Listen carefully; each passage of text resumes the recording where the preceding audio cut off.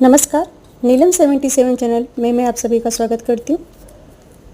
कृष्णाय वासुदेवाय हरे परमात्मने प्रणतः क्लेशनाशाय गोविंदाय नमो नमः।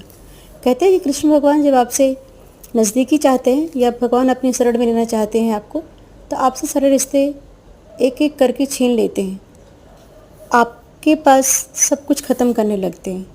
कभी कभी मुझे ऐसा लगता है कि हाँ, शायद सबके लाइफ में बहुत बार ऐसा ज़िंदगी में आता है कि बहुत सारे रिश्ते ऐसे होते हैं जो नासूर की तरह होते हैं। लेकिन वो जो रिश्ते होते हैं वो आपके शरीर के अंग होते हैं। जिस तरह से अगर शरीर में कोई चीज़ ऐसी है जो कि नासूर बनती जा रही है, लेकिन आप जानते हो कि उसे काट करके फेंक देना चाहिए, नहीं तो आपके शरीर को ख़राब कर देते हैं।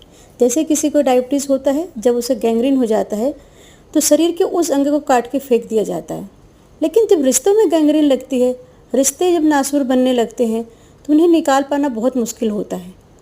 बात ये नहीं होती है कि लोगों को पता नहीं होता है कि मैं उस रिश्ते से निकल जाऊं या उस रिश्ते को ख़त्म कर दूं, पर कुछ रिश्ते ऐसे होते हैं जिसे आप चाह करके भी नहीं निकाल सकते।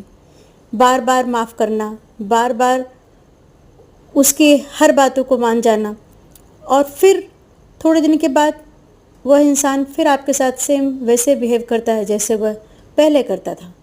इसका बिल्कुल यह मतलब नहीं होता है कि आप जानते नहीं हो कि उस इंसान को किस तरह से निकाला जा सकता है आपकी ज़िंदगी से, या किस तरह से आप ऐसे रिश्तों से आप छुटकारा पा सकते हो।